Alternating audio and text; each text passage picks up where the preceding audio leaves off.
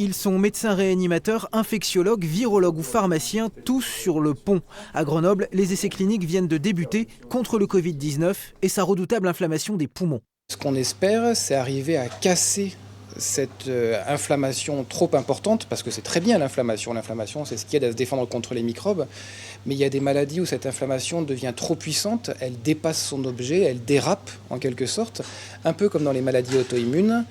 Et le but là est d'empêcher, de désamorcer cette réponse immune au moment où elle devient excessive. Pour y parvenir, plusieurs pistes, celle du vaccin à moyen ou long terme et celle des antiviraux, des médicaments.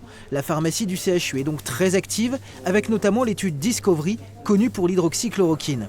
Dans les différentes stratégies thérapeutiques, il y a effectivement le fameux médicament dont on parle beaucoup en ce moment, l'hydroxychloroquine, qui doit faire la preuve de son efficacité. Mais il y a également d'autres options thérapeutiques, le remdesivir, l'interféron, le lopinavir et le ritonavir. Mais au-delà de Discovery, le centre hospitalier mène bien d'autres recherches sur les anticorps, notamment des anticorps très particuliers, des perles rares.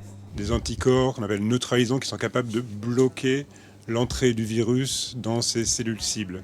Et donc l'idée, c'est d'isoler ces anticorps exceptionnels et ensuite de les produire pour en faire des anticorps qu'on pourrait utiliser soit en thérapeutique pour traiter les patients atteints du Covid-19, soit pour prévenir éventuellement la pathologie.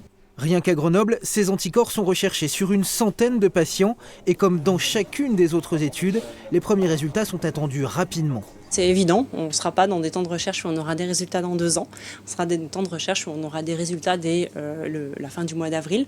Donc c'est complètement différent et là tous les acteurs se mobilisent du début à la fin de l'essai pour que ce soit possible. Des thésards qui changent de sujet, des laboratoires qui rouvrent. À Grenoble, le CHU a bien sonné la mobilisation générale.